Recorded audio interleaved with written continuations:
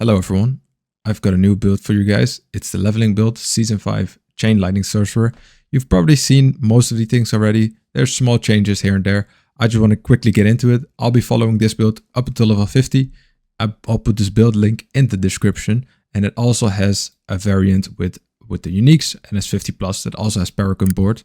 I won't be going over that right now. This is just how to get level 50, World 4 quickly, ASAP. Let's get into it. So Helm, you just want to get something with armor. So Disobedience, Juggernaut, Snowfield, everything can work. Anything with damage reduction in a form from armor could be pretty good. Of course, cooldown reduction is a nice stat to have. Then for your chest piece, I would say Ever Living is pretty damn good. Just 25% damage reduction. You're going to be crowd controlling and making them vulnerable quite a lot. You want that mana per second because you're going to be very mana hungry. And you want that maximum life as well, tempering. Then for your for your gloves, aspect of the Unbroken Tether, you can also get one of the other 3 offensive ones on your gloves. I would say Lightning World is excluded just for the amulet because 80% point times 1.5 is pretty damn good.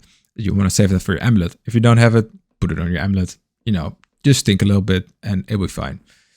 I would also advise you to get a weapon and offhand just for more attack speed, more lightning, more chain lightning. You get the point. So moving on, oh yeah, of course you want ranks to chain lightning on your gloves and getting vulnerable damage on there. And then as the second tempering, you won't be doing that before level 50 anyway. So that doesn't really matter, but you want to get something like a stun or CC on your head, chest, and your gloves and pants. So moving on, your pants, maximum life, armor, intelligence, just survivability. Aspect of might is only needed if you actually have your arc lash in there. At the beginning, you'll probably need that because you'll be mana hungry, but later on, you won't need that anymore to switch out the aspect of might for something like a Snowfield or even, yeah, I think Snowfield is pretty good. For your boots, you can maybe switch something out for the Orange Herald. So I generally just get charged because you're going to be picking up the Cracking Energy anyway. So 25% movement speed is quite nice just to get from A to B even faster. Of course, the mana per second is important on your boots. And if you're going to take Teleport or the Enchantment, then the reduction in evade cooldown is actually pretty cool and actually will make you teleport and zip around a lot more.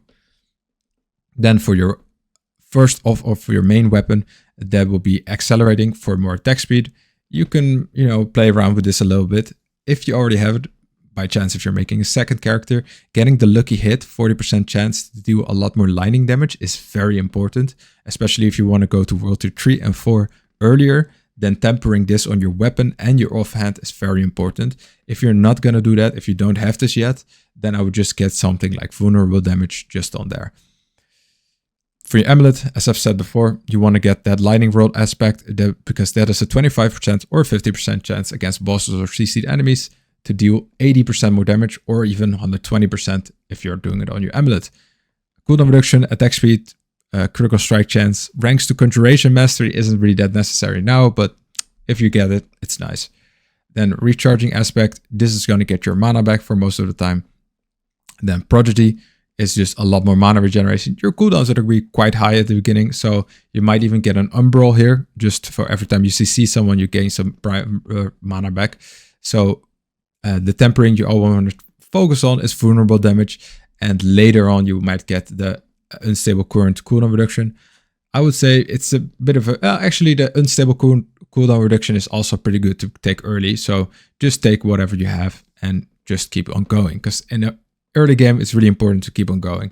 Just you want to get a nice pace going and just keep on going on there. Aspect of Splintering Energy is actually a little bit of a question mark. I don't know how well this scales with critical strike damage. Of course, you're not going to get a lot of critical strike damage. But the 5 extra enemies is quite nice. And you'll be critting with Lightning Spear anyway, so I think it's a quite nice thing to try out. You don't have this. You can also take like something like Control or some other thing that actually does some nice damage on there. Accelerating, Control. There are a lot of things that actually help you with your damage, like Storm Swell. So I think that is it for the items. Of course, you want vulnerable damage, maximum life, a lot of armor. You're not going to reach armor cap in the beginning anyway, so that's important. For your skills, I will do the skill tree in a bit, but just enchantments. Fireball enchantment is very important because your auto-targeting chain lightning will then also make them explode, which is going to insta-kill a lot of things, especially during the Hell Tides. And with your lightning spear, this one is optional. You can also choose to do teleport or something else. But this is just extra lightning spears with your conjuration mastery. That's going to be a nice thing to add as well. So then we're going to go, okay, we're at 5 minutes. So we're going to need to go through this at quite a bit of a pace. Just Arc Clash, just to get something. Fireball, you're going to get this later, just in 1 point, and later you'll put more points into it. Chain Lightning, of course, important with the crackling energy.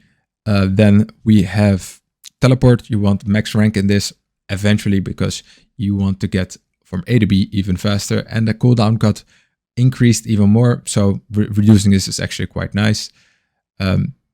Ice Armor for extra mana regen and also CDR. You want the lucky hit only if you put the things on your weapon that actually deal extra damage. If you don't do that, then you might actually spec into Conjuration Mastery. Of course, invoke Lightning Spear for extra Lightning Spears. Just for survivability, you get these later on as well. Invigorating Conduit is very important for crackling energy, regaining Unstable Currents, of course. Unstable Currents, you can switch these two around.